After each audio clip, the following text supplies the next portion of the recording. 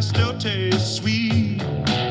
Some people call me a bad apple, but I may be the sweetest apple on the tree. Should know that. Ooh. All right. Okay. Well, welcome back to another episode of Between Two Rows. Woohoo! This is episode 3, where Christy and I answer apple-related questions, one sip of it at a time, under the orchard canopy. So pretty awesome. Thanks for joining us again on episode 3. I think that I forgot to introduce ourselves last time. This is becoming like a usual thing. So I made a list to make sure that we introduce ourselves. So this is Christy Gray-McCuffin. And this is Erica DeBrouwer. I actually prefer to remain anonymous. You could take that back. She who shall not be named. Yes. Thanks. Yeah. Oh man. And we're in the midst of harvest. This is an experimental block, so we're not seeing kind of our typical harvest bins, but nonetheless, it's happening. It's that time of year. The apples are changing color, as is your hair. I'm just trying to fit in. I love apples so much that I figured, why not just try to become one? That's why I'm also wearing this vest. Just blending in. I'm trying to blend in. You may not see it, but Erica's sitting beside me. Yeah. So. Awesome. Okay. Well, I think firstly, again, thank you to everybody for submitting questions and ideas of topics and stuff like that. So we're just kind of picking and choosing as we go. So just because your question may not be answered right away, it doesn't mean that it's not in the queue. Yep. So I think stay tuned with that, but always appreciate it and keep it coming. Whether what we talk about spur ideas and we can keep going with that topic at another point, or there's something new that kind of comes to mind, then it's awesome. So we always appreciate you hitting us up afterwards with any of those ideas.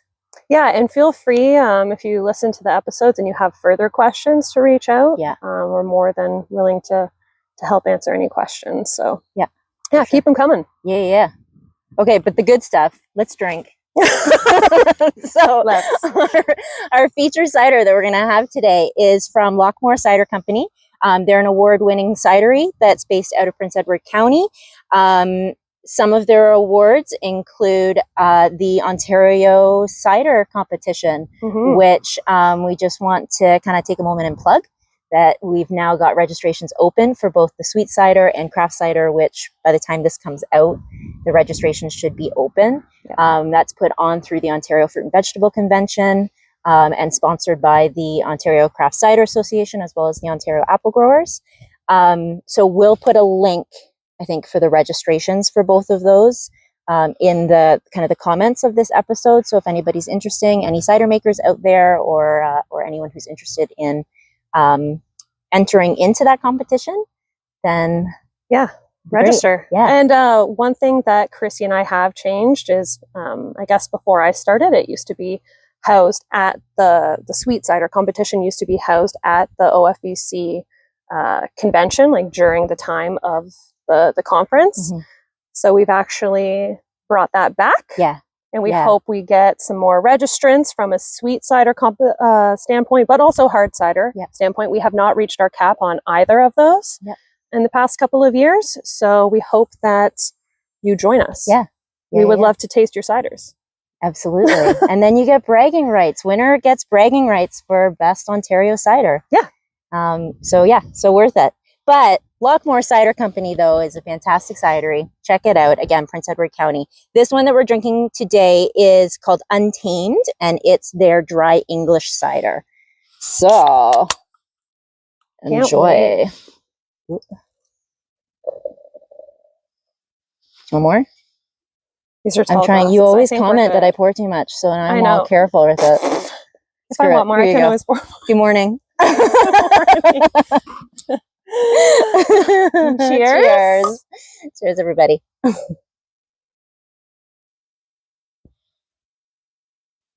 Oh, nice. That is nice. I like a dry cider. I So do. this is very nice. Doesn't have that sweetness to it, which is wonderful. Props to Sarah. Yep. Yeah. Well done, Lockmore. All right. So we want to get into the questions. Yeah. What do you got going on today? Oh, my knees are cracking. I'm falling apart. Someone just celebrated their birthday, so now they're old. Thanks for bringing that forward. Love that for me. Not getting any younger. Yeah, so I don't really have a question from a grower, but I figured it'd be nice because there's been lots of discussions from an industry standpoint and questions to me, not for this podcast, but just in general, about calcium and bitter pit. Yeah, like this is a question that you get all the time. Yes. And I think last episode we covered a couple of different nutrients. We've been on that kind of wavelength. So I figured let's do a little bit of a deeper dive. And I know I plugged it last episode, but on Core, I'm going to have an article, a bit more descriptive of the calcium pathway and bitter pit and Honeycrisp specifically, looking at that. So anything that I don't cover or get to here, it's most likely in that article. But again, feel free to reach out if you have any further questions, because it is a big topic. Nice. Yeah, so that's a little bit of an intro as to what I'm covering. But yeah, let's get started. Gator. Yeah. As always, I always have notes. So here we go. So I just wanted to briefly go over the calcium pathway in apples because it is a bit different than other nutrients, how it travels and where it potentially doesn't, aka potentially bitter pit, why fruit calcium is low, and it's strongly tied to bitter pit, but it's not the only reason. There's a lot of other factors that go into it. And then I don't know if I'll have time to cover practical ways to mitigate bitter pit. I might list them and then get into a bit more description in the article for those that are interested. Nice. So keep you thirsty More for to come. knowledge. That's the way it is, right? Wanting more. Yeah, exactly. Okay. So as I've said in a previous episode, calcium is very important from a structural standpoint. It stabilizes the cell wall and the membrane. And low calcium can lead to membrane breakdown, which is potentially what we're kind of seeing, a small sunken brown lesion, which is known as bitter pit. Very common in Honeycrisp. Not to be confused with bitter rot, Yes. which is a fungus that also causes a brown sunken lesion. Yes. So this is a disorder. It's usually found on the calyx end. It can be found when fruit are on the tree, but mostly found in storage. Yeah. Yep. So calcium behaves a bit differently than the other nutrients, like potassium or nitrogen. So once calcium is in the tissues or in the tree, it's essentially immobile. So it doesn't move around like these other nutrients. The other nutrients use the phloem. Calcium is very restricted to the xylem. So the xylem is basically based off of water flow. The xylem only moves one direction. It's from the roots to whatever tissue is in need of the nutrient. And a lot of that depends on environmental factors. So that's one potential reason why there's why the calcium is potentially struggling to get where it needs to go, is because it is based off of transpiration. So transpiration is basically tissues that evaporate water. So leaves, fruit, flowers, they all transpire, but they transpire at different rates. So there's also that factor as well. Does it depend on their growth, the active growth? Yes. So it depends. It's very seasonal. Yeah. But typically leaves, this isn't shown necessarily in apples, but in kiwi and in tomatoes, leaves actually have a very set or standard transpiration rate, where fruit actually decreases their transpiration rate over the season. Oh, See, I would have thought it would be the reverse. Like as the fruit is maturing, they're transpiring more. Right. But that's not what actually happens, Oh, which is pretty interesting. crazy. Okay. Yeah. So, and that's not potentially due to, like, it's not from a transpiration, like it's from a physiological standpoint, I guess I should say, which I'll get into a bit more, but it's from the xylem bundle standpoint. Okay. So it's xylem dysfunction that leads to the decrease in That a it's not getting transpiration. enough flow. Yes. Okay. It's not getting enough flow in order to transpire more. Right. So anyway, I'm getting ahead of Okay, myself sorry, here. Sorry. No, don't ever apologize. Okay, so basically, if the xylem stops delivering, like on that same front, it can't be topped up. So calcium actually can't be stored in the tree. So it always has to be readily available throughout the season. Because it's in the soil. Because it's in the soil, and then it's brought up to the tree from a transpiration standpoint. But if the xylem stops delivering, Right. then the calcium can't get to where it needs to go. Right. And as we know, the growth season changes throughout the growing cycle of the tree, and needs are different. So during cell division, cell elongation, and then from a cell structure maintenance standpoint, calcium is needed specifically at those times. So that's just after petal fall is when those are critical times, and then when fruitlets are expanding Okay. are very critical. So you need to have calcium available throughout the season, but those are more driving factors that they're needed Right. at those times. Okay, so as mentioned, calcium is uptaken by the roots from a soil solution, and then it's loaded into the xylem sap and transported through the trunk to the tissues that require them. The xylem is functional. It contributes to most of the fruit's calcium, but as the season continues, the xylem degrades. So it becomes dysfunctional, Okay. which is what I alluded to. Meaning that the calcium, even though the demand is increasing from a fruit sizing standpoint, the xylem is no longer functional. And that's because of rapid expansion of the vascular bundles. So basically, because specifically in Honeycrisp, the fruit is sizing so quickly, it actually collapses the xylem. Oh, crazy. Pretty wild. Yeah. So that disconnect leads to a decline in xylem, which ultimately leads to a decrease in calcium. So it's not necessarily that you have low calcium in your soil, it's that it's not getting to where it needs to go. That it's like a mobility issue. It's plant hydraulics, orchard practices play a factor, and genetics play a huge factor. So the biggest reason would be xylem dysfunction, but there are a couple of other reasons. So calcium deficiencies at a local level are caused by xylem function. I already kind of went into that, but a great example of this dysfunction is shown actually on my Instagram page, where I did the Fruity Friday Fact, where I compare Gala and Honeycrisp xylem vascular bundles throughout the season. And that's actually photos taken from Chase Griffith. So he's under Dr. Todd Einhorn's lab at Michigan State University. So you can see the difference between how a Gala apple grows and how there isn't a limiting factor of calcium to that fruit, but then Honeycrisp there is. So if you haven't seen that, check that out. It's a really good visual representation from that standpoint. Nice. Instagram plug. Yep, Instagram plug. That's Fruit with the Spurs. You don't know that. And check out the Fruity Friday Facts. Yes. Said it right this time. Fruity Friday Facts. Just rolls off the tongue. Yes. So Christy and I have been trying to keep up with that every week. If you're looking for short little snippets of info, feel free to check that out as well. And I think we both have highlighted stories, but you can also scroll through our posts there to see the previous ones. Yeah.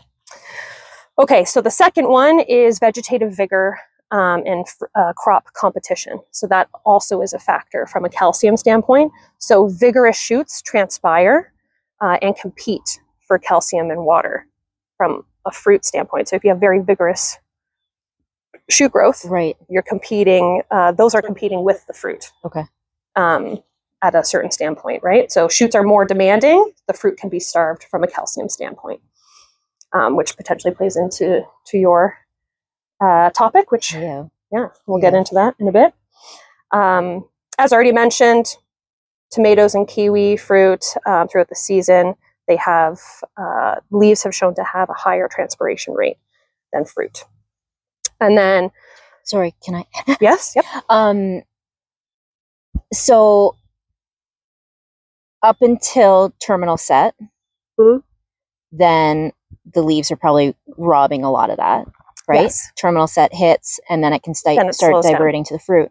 What about the fact that we've seen an increase in terminal set reverting? Right. Now that we're getting those really warm late falls and all of that, does it then pull the calcium back from the fruit again? Yes, it So would. as soon as you start to see that reversion in those heat spells that Then we it would get, go- then it starts to go back. Yep, it would draw back to that, especially from a Honeycrisp standpoint where potentially the xylem bundles are already dysfunctional. Right. Right. Yeah. But is there any way to stop that though? Like if terminal set reverts, like if it starts growing again, the terminals start growing again? That's something I'd have to look into. Yeah. I'm sure that there are certain applications that you could potentially do. Yeah. Because you wouldn't want to disrupt then the growth of the fruit as well, right? By putting anything that's going to like shut the tree down. Right. Yeah. So I think it's a balancing act, and we don't know where the balance should be. Yeah. Yeah. Okay. So that's always fun. That's a good question, though. Hmm. Maybe that's next episode's topic. Who knows? Or maybe we'll do something a little more seasonal. Guess you'll have to stay tuned for episode 4. Okay, so yeah, and then the next factor is the cultivar and rootstock combination. So that is a huge factor that may not necessarily be thinking about. Certain combinations are really prone to exacerbate bitter pit. So an example of that is Honeycrisp and G41. So G41 has known to have a very weak, what am I looking for? Graft union. Okay. So not only is it prone to breakage, but it's also prone to bitter pit because it takes up a lot of potassium. So there's not only a calcium factor related to bitter pit, but it's the nutrient ratios, which is another thing. So the nutrient imbalances, so that's number 4 at a fruit level. So high potassium or magnesium relative to calcium will actually increase bitter pit, especially if calcium is very low compared to those. So it's not the actual number of potassium and calcium, it's the ratio of potassium to calcium. Sorry, it's not the amount of potassium and magnesium that are in the fruit, but it's the ratio of potassium to calcium and magnesium to calcium. Okay. That's important. Yeah. So those ratios are really important to make sure that you have that balance. And you're talking like 1-to-1, like what do you mean by ratio? So it really depends on the region, I would say. From a numerical standpoint, maybe I'll put it in the comments because I don't want to like say something and be incorrect. Yeah. I think that magnesium and potassium are higher, but there's a certain amount where it will increase your bitter pit. Okay. Yeah. So Dr. Lei Liang Chang out of Cornell has a lot of information on that. So I can share those numbers. Nice. Yeah. Follow up. Yep. Got to write a note so I don't forget. And then the last one, which don't really have a lot of say in, is environmental stresses. Yay! So heat, drought, shading, weather play a huge factor and can kind of increase bitter pit depending on the timing. It can also factor into xylem flow, as we know. I know a couple years ago it got so hot and dry that the trees kind of just shut down. So there's a certain temperature that trees will reach where nothing is really moving. Right. And that can be pretty detrimental. And even this year, it's been very dry in certain areas. Irrigation definitely helps. But it might be, maybe actually in a future episode, we should look at irrigation rates and see where we should be. Yeah. Because I don't know how much we need in order to make sure that trees are But they're getting enough. they're getting enough, but they're also still working Right. for it, Right. because that's important as well. So, a topic for a future Another time. time. Bookmark it. Whoop. Okay. So, basically, overall, you have those 5 factors. So you have the xylem dysfunction, you have vegetative growth and crop load, you have your cultivar and rootstock combination, you have your nutrient imbalances, and you have environmental stressors. So those are the main factors that can lead to local calcium deficiencies from a Honeycrisp standpoint. Mhm. Again, I don't want to take up too much of our episode time, so I'm That's not going to go into. Take as much time as you need. No. I'm here for it. Thanks. But yeah, I'll list some factors that can potentially remedy that. I mean, the first would be like your crop load management, and pruning for vegetative stuff like that, and then your nutrient levels. So make sure you're staying on top of those. From a xylem dysfunction and environmental standpoint, you can't really do anything. There's still ongoing research regarding xylem dysfunction. So that's kind of a newer finding that has been discovered in the past couple of years, and how we could potentially remedy that or mitigate that. And then, yeah, your cultivar and rootstock combinations, that's just to be aware of decisions while you're putting in new orchards.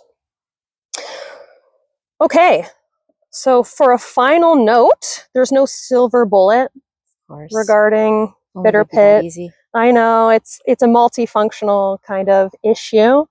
And I just want everyone to take away with the fact that it's not the lack of availability of calcium, it's the lack of transportability of calcium. Ooh. So that's why Tagline. Yeah, I did put that in the Instagram if you didn't see it.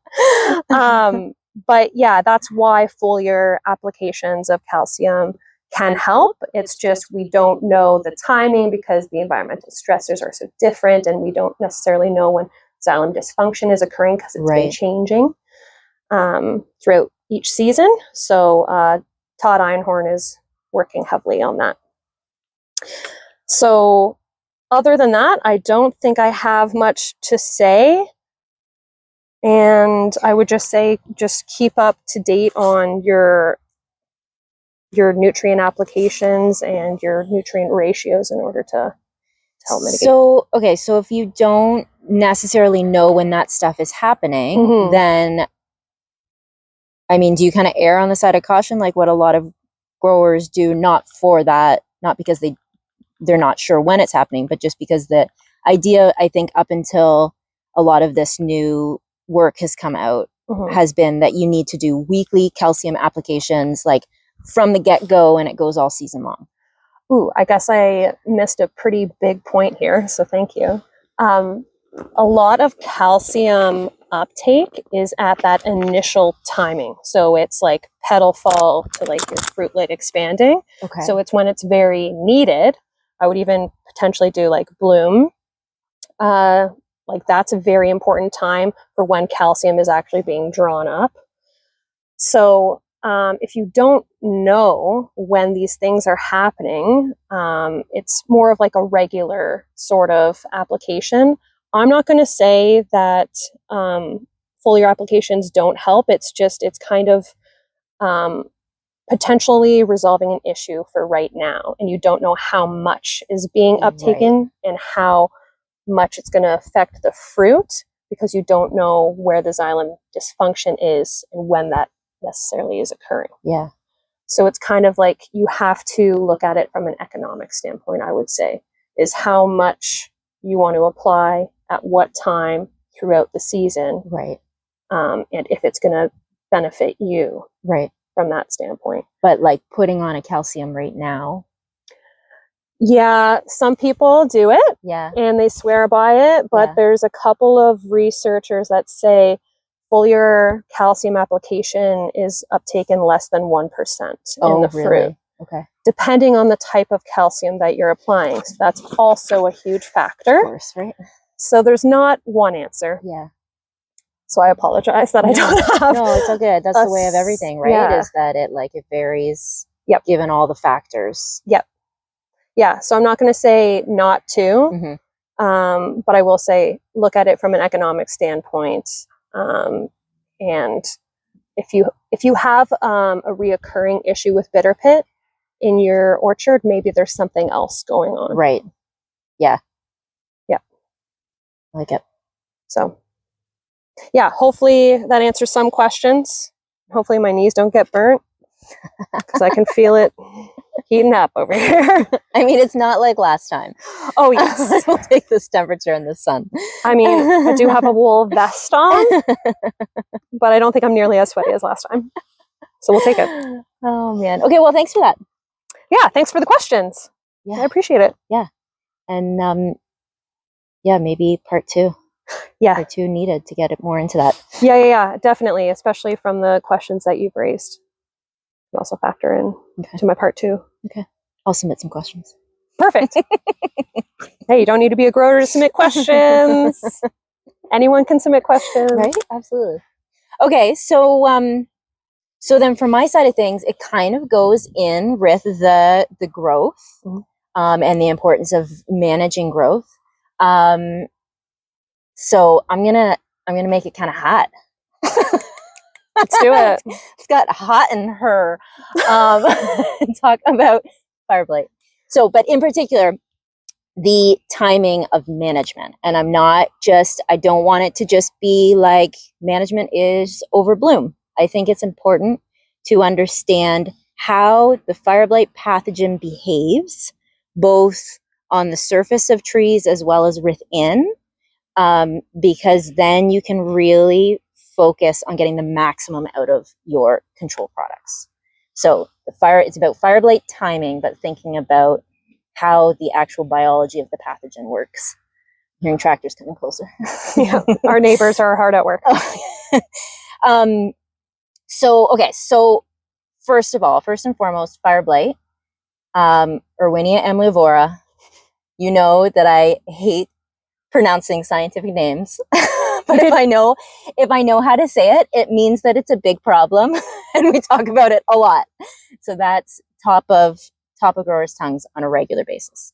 But it's a bacteria, and that's important because most of our other major pathogens that we deal with, apple scab, powdery mildew, fly speck and sooty blotch, any of our fruit rots, those are all fungus. The reason why it's important to kind of distinguish between those is because not all of your typical fungicides then will necessarily have control over fire blight. There are some, like your coppers and stuff like that, of course, that are kind of more broad spectrum and will cover things, but you need actual bactericides to kill the bacteria. So going on with your regular apple scab fungicides is not going to give you fire blight control. So it's important in understanding, first of all, that it's a bacteria. The other thing about fire blight is that it really is ubiquitous, meaning it's everywhere all the time. It's just that you also have to have the plant at the right growth stage, you have to have the right weather conditions, you have to have lack of protectants on, all of those sort of things to kind of have that infection all of a sudden occur. So even though it's around and we could maybe do a swab of some of these leaves and find it, it doesn't necessarily mean that you're going to get infection as soon as it's in the orchard, but it means that the risk is always there. Ooh. So it's a thing to always think about, that it's always going to be present. A lot of times people think that it's just kind of that early season management and then you can kind of wipe your hands clean and forget about it, but that is really our past. And now that we're thinking about the way that Ontario growing seasons go, it really is season-long control, because even if you don't see it at the beginning of the season, it doesn't mean that you're not going to see it show up later on. And that's where a lot of people all of a sudden get hit. So those two things, it being a bacteria as well as it being always around, really important things to think about. The other thing with bacteria is that it needs to have some sort of opening to get into the plant and actually cause infection. So it's not that just because it's around that you're going to get it. It needs to have some way to get into the tree itself. So whether that's through a wound, like a pruning cut, or you can get like trauma, things like whipping winds or hailstorms or anything like that. It can be insect vectored, either through insect damage and transfer around. But one of the main ways that it's introduced into the tree is through the blooms, because they're just natural openings. And you think of the thousands of blooms that we have in the orchard at a time. Mhm. And so that just makes the tree that much more susceptible to infection. So blossom blight really tends to be kind of the primary focus for management. Not to say, though, again, that you're not going to see shoot blight or anything else that happens later on in the season if you have good control over blossom blight. So while you start with the blossom blight control, you're thinking fire blight management. The timing of it goes throughout the season. So in terms of the actual infection process, so you think of a bacterial cell, microscopic little itty bitty thing. This can be transferred from the wind. It can be rain splashed. What's really common a lot of times is that it's insect vectored. So you think of those cute little hairy legs that little bees and flies and all of those guys have, and especially during bloom time when they're visiting all of the flowers, that they touch a surface that has that bacterial cell on it. It gets picked up in their hairs, and then they transfer it around. And you think of their visits of the flowers and how many spots that they can leave those cells on their way. So once the cell is on the surface, though, if the conditions are right, then it'll start to multiply. And so cold weather, it would kind of take a little bit of time for it to start. But once you kind of hit about like 18 degrees Celsius and into those 20s, the rate of multiplication of these bacterial cells is unbelievable, that it can go from a few cells to millions of cells within a few days. So they've looked at all of the diehard researchers are really obsessed with the growth rates. And I'll talk about a couple different growth rates. And so in terms of the multiplication growth rate, you can think about, on average, about 7% increase in population per hour in those ideal conditions. Yeah. So when you think about how much that can exponentially grow, that it's unbelievable when we get into those 20-degree temperatures, that the amount of bacteria cells that you can have in and around the orchard.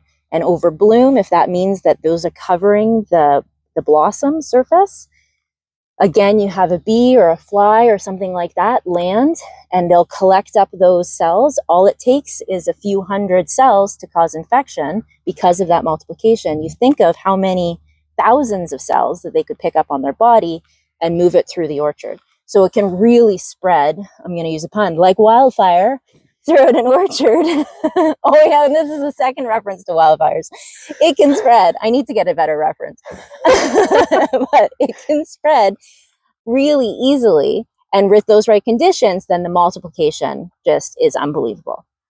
So thinking about that, it only takes a few days, if that, for cells, for populations to get out of hand. There's been some new research actually that's been looking at the influence of nighttime temperatures. And a lot of times we really focus, like a lot of things, you know, with thinning and with fruit coloring and all of that stuff, how important nighttime actually is. People usually get so focused on the daytime and all of this stuff.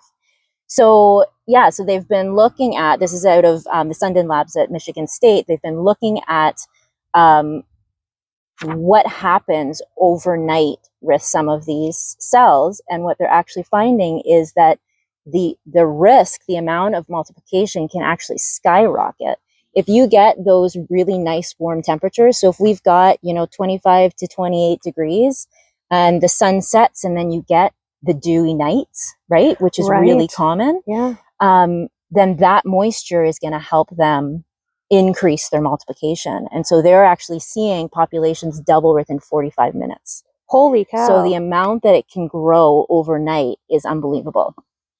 And so thinking about then from a timing standpoint, especially if you're putting on, like even with your big guns, like the antibiotics, like streptomycin and kasugamycin, putting those on when you've got those populations that are in the millions, even with those really strong products, they are not going to work to their full effectiveness.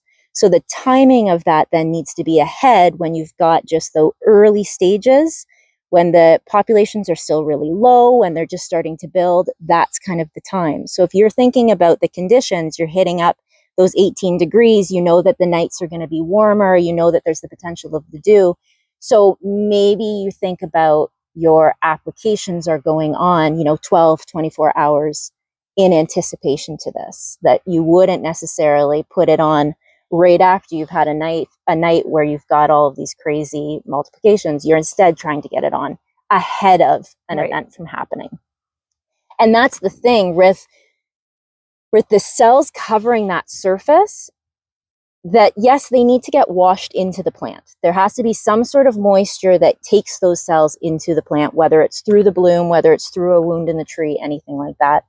But it doesn't take much to wash it in. Right. And that can be just a heavy dew is all it takes. So it's not that it has to have this fierce rainstorm and then you know that you're going to get an infection. Yes, of course, that really increases the risk. But just simply having a heavy dew or going through with your sprayer, I was just going to ask. that's going to wash it in, right? Yeah. And so that's why I always say, hey, if you're going through with your sprayer during bloom, put in something that's going to have some fire blight control as well. Okay. Just to kind of back it up, because you never know, right? If conditions are right. Yep. So any sort of moisture is going to wash those cells in. And so they'll go down, like everything's on the surface, it's on the styles, it's on the stigmas, everything like that. It gets washed down into the floral cup. Yep. And it's there then that it enters into the tree itself. Mm. So thinking about then putting those products on in anticipation to a wedding event, whether that be rain or just a dewy night, then that's going to be really key. The other thing too, so that's kind of the growth rate and how quickly it can spread on the tree itself. Can I ask a question before you change a little? Yeah. So I don't know if I should be answering this or you should be answering this. We'll see. Yeah. But from a chemical thinning standpoint, yeah, how would that factor in to fire blight risk? Yeah, especially with some of those blossom thinners where you're burning it off. Right. Yeah, so it puts the tree at significant risk because then you're creating a wound, right? If you're burning off those blossoms. Right. The ones that you kill, then the cells die with it, right? Okay. Or they don't have a way to enter because everything closes up, the floral cup closes up. But you're causing damage nonetheless, and you're leaving open wounds until everything seals up. So having those, what's the word I'm going for? Not corrosive. Caustic. Caustic, thank you. Yeah, anything that's very caustic then is going to have some potential fire blight implications. And would that be a higher fire blight risk or a lower fire blight risk compared to fruitlet thinning? Because that's good. Good question. And I think, to me, my instinct would say it would be a higher risk because you've got those open blooms. Right. Whereas later on in the season, by the time you're starting to do fruitlet thinning, then it's a little bit later on. Yep. So it certainly opens the door for shoot blight. Right. But I think as a whole, in terms of the way that the way that the fruitlets are dropped off, it takes a period of time. Yep. Right. And it kind of comes off at its own pace. So from a healing standpoint, it's not as traumatic as something like a lime sulfur, right? Where you're burning something off. Sweet. Or if you're doing string thinning. Yes. Right. Anything that's causing a physical trauma, then is putting big risk. Okay. And the string thinners, that's a whole other thing because that can also spread those cells, and that's a whole thing. Yep. So if you've got active fire blight, you should not be doing any sort of string thinning. Did you just get a yellow jacket? No, I have a little, actually, I don't know what it is. Got a little friend. Like you swallowed a yellow jacket. They're around. Thank you for answering that. I was like, I wonder. Yeah, no, it's certainly a concern. So I think, if you have any worries, it's a little sap beetle or beer bug or cider bug in this case. New term. I think if you're doing any blossom thinning or anything like that, and you have any concerns about what's happening, if you were to put on a lime sulfur, I don't know in terms of compatibility, right? But if you were to follow up with a copper or something that's a surface sterilant or that's going to take care of any of the bacteria that might be on the Right. on the tissue when that wound happens, then that's just kind of a precautionary thing. Okay. So anything, same with the strengtheners and all that stuff as you're going through, then just doing a precautionary copper spray afterwards, just to kind of cover your bases, copper or like a hydrogen peroxide or something that's going to sterilize the surface would help. Awesome. Yeah. Thank you. Great question.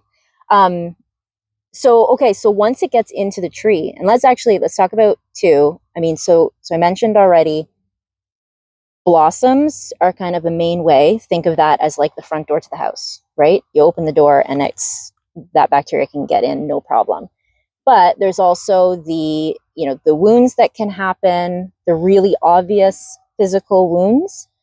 But the other thing that is really starting to become shown more and more with a lot of research is the amount of microscopic wounds that happen when you get the vigorous growth. So you think of our new terminals and how quickly that growth happens and how much those leaves are expanding. Mm-hmm. What's happening on those leaves? Two things. As they're growing, you're getting these little tears on the edges. They're also losing that cute little fuzziness that they get, right? Those new baby leaves are really soft and fuzzy. All of those hairs drop off. To us, it doesn't seem like a big deal. But when you think of a little bacterial cell, then that's all it needs to be able to get into the leaf. So it can come as a surprise sometimes. People all of a sudden see that they've got all of the shoot blight and they don't know where it's come in from. And it's just because of the vigorous growth that you have, that's enough to cause some injury for the bacteria to get in. So thinking about kind of what your, how you manage your growth. A lot of times, people are using things like plant growth regulators to slow that down a little bit. That's going to help for any of those kind of potential entry points, because vigorous growth is prime for fire blight. Yep. But once it's in the tree, so I said, people are loving growth rates. Researchers love to determine growth rates. So what now they've started to look at is how fast does it actually move through? Because typical kind of recommendations is, you see symptoms, any visible symptoms, you try and cut back a distance from that visible symptom to make sure you've got the bacteria. Yes. But how do you know that you've really got it? And is that really, we say 30 centimeters. Is that true? Right? And so they started to look at the growth rates with it, and finding that in new shoots and actively growing shoots, you can have a growth rate on average of about 4 centimeters a day, which the bacteria moves through the tree. So it moves systemically. So however it enters in through the tree, whether that's through the blossom, through the limbs, anything like that, it's going to move through the tree. And in most cases, that's going to go right down to the roots. How fast that goes down to the roots, it's hard to say. It depends on the vigor of the tree. Really young tree, you can get down to the roots and kill the tree within a month. With the older trees that are a little less vigorous or able to kind of compartmentalize areas of the trees, then it's not necessarily that it's going to move all the way through that fast. But once it's in the tree, it can easily move down. Right. And shoot blight, if you see some limbs, you can cut them out, get rid of the bacteria. As soon as it's in the roots, that tree is done. Right. As much as you want to cut things off and try and regrow and see if you can keep it going, if the bacteria is in the roots, your tree is done. You're just making a source of inoculum for the rest of the orchard. So if it's in the roots, get the tree out.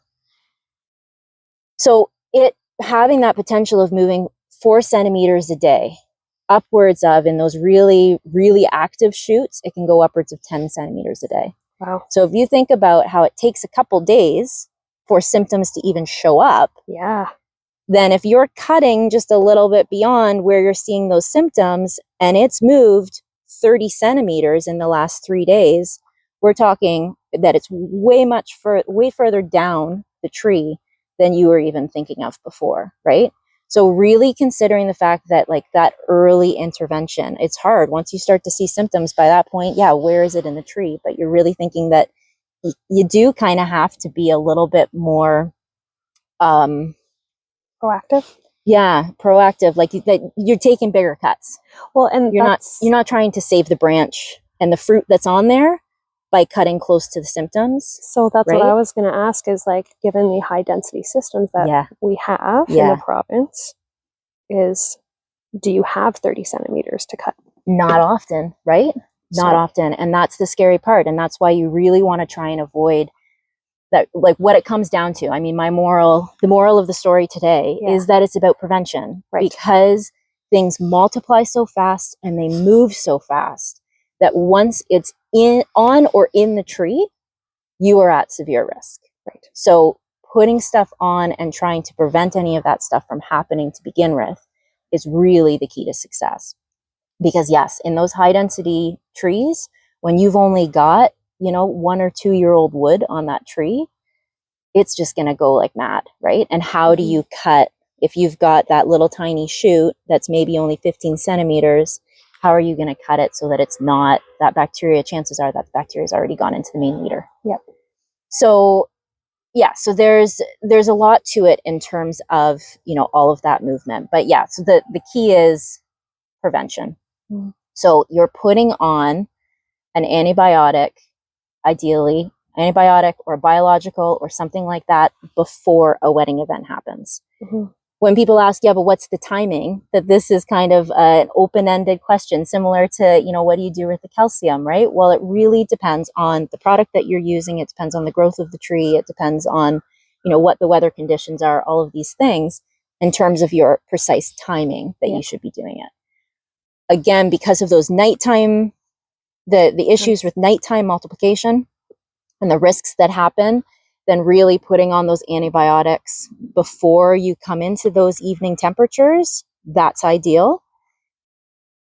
But you think about biologicals, and those don't do as well in the cooler temperatures or in the moisture.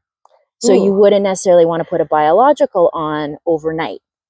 I see. But you do, really for biological timings, putting them on first thing in the morning is really ideal, because that gives it time to start to establish itself. Biologicals, in most cases, not all of them, but most of the biologicals we have work by competitive exclusion. So the idea is that they form kind of this barrier on the surface and basically keep the fire blight from coming in. So they need time then to get established, to colonize, to really cover that area before you come into that risk. So when you're looking at, ideally, people are, knock on wood, that people are using their models. So cougar blight, Mary blight, or if you're in Ontario, then you're looking at our Ontario fire blight prediction maps. Anything to kind of give you an idea of upcoming risks. And when you enter into a high risk time, then that's when your antibiotics are going on, or that's when your preventative measures. But biologicals, you're looking at that as the risk is just starting to increase. So you're just kind of going into that low to medium risk is the biological timing, because you need to give it time for it to get into place to really do its action. So do you have like an analogy given your house metaphor Like, for what's your the side door and biological- back door? I was and thinking more of like security system oh locks. my God, yes. Or like fire blights knocking on your front fireplace door. knocking on the door. Oh my God, yes. And the strep is like the fire alarm, whereas biologicals are what? Oh God. Anyway, I don't know. Okay, I'll just come up with something- something. I'll something to come up think with about. something. Yep, stay tuned. That's a good one.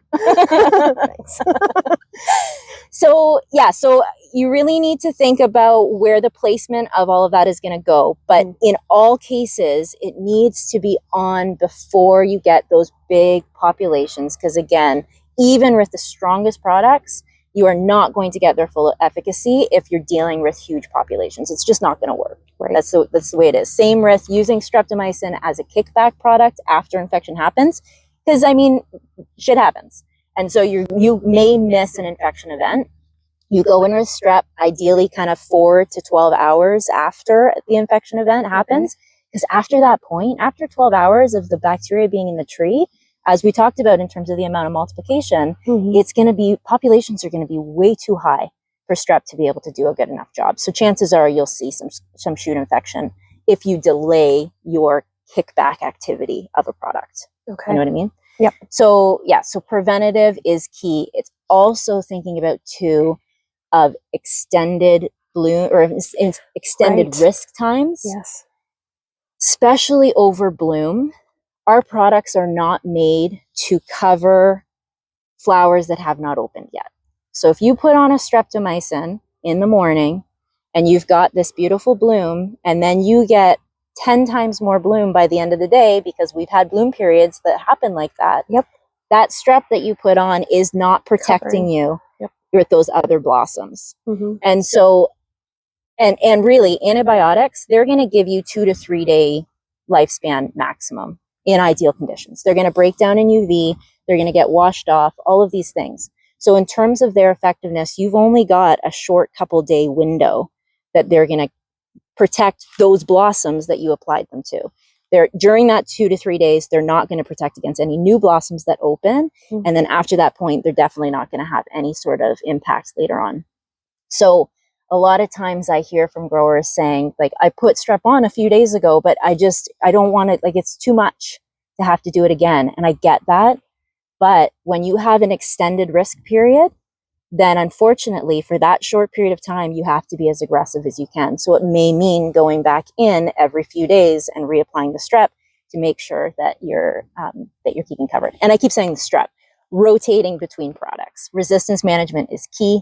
So you're not doing back-to-back sprays of the same product. You're rotating between and making use of all of your products to be able to save those.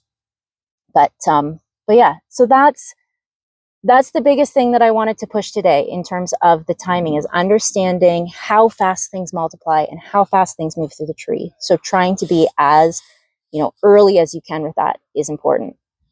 I am going to save any sort of conversation about pruning. Once you've got that shoot blight, what do you do? Right. Because that's a whole other discussion of how do you triage a tree, of do I prune it now? Do I wait until it's dormant? If it's got a bunch of shoots, do I do it? Or is that just going to encourage more growth? All of those things. So there's a lot of decisions that go into how to deal with shoot blight once you have it. So if we want to talk about that at another time, we can. Or they could hold their breath until the pruning and training guide comes out. We can also talk There, about that. there may or may not be a chapter that Right? includes it. That's true. Okay, so maybe we'll save that for when that comes out. Yeah, but don't actually hold your breath, because it will be a hot minute. But stay tuned. But stay tuned. Yeah. But I do want to, though, the one thing that I find, this is an Ontario specific comment. And when it comes to pruning and trying to figure out what to do when you have active blight, we live in a very humid and wet climate. Yes. A lot of our fire blight research, as amazing as that research is and how much we benefit from it, it comes from West Coast in arid regions. So in terms of being able to manage the moisture, they can do that, right? You shut off the irrigation and then you're okay. You don't have to worry. So you can leave things. Whereas in Ontario, that may not be so easy. So that's something I think it's really important for people to keep in mind, that we are in a very wet climate. I hear the tractor coming closer and closer, and people. But that's perfect because I'm done. That's all I've got. Yeah, well, I think for us, it's just closing remarks. Yeah. Right? Yeah. So the tractor's going to do it for us, I think. The crews have made it down to this spot. Yeah, so we just want to say thank you for tuning in on episode 3. Yeah. Had some really good discussion, I think, back and forth. Yeah. Do you want to do the closing phrase? Because I can't think of it right now. Oh, it's thanks for sticking in where answers grow on trees. Yeah. We'll see you next time. Thanks for joining. Cheers, everybody.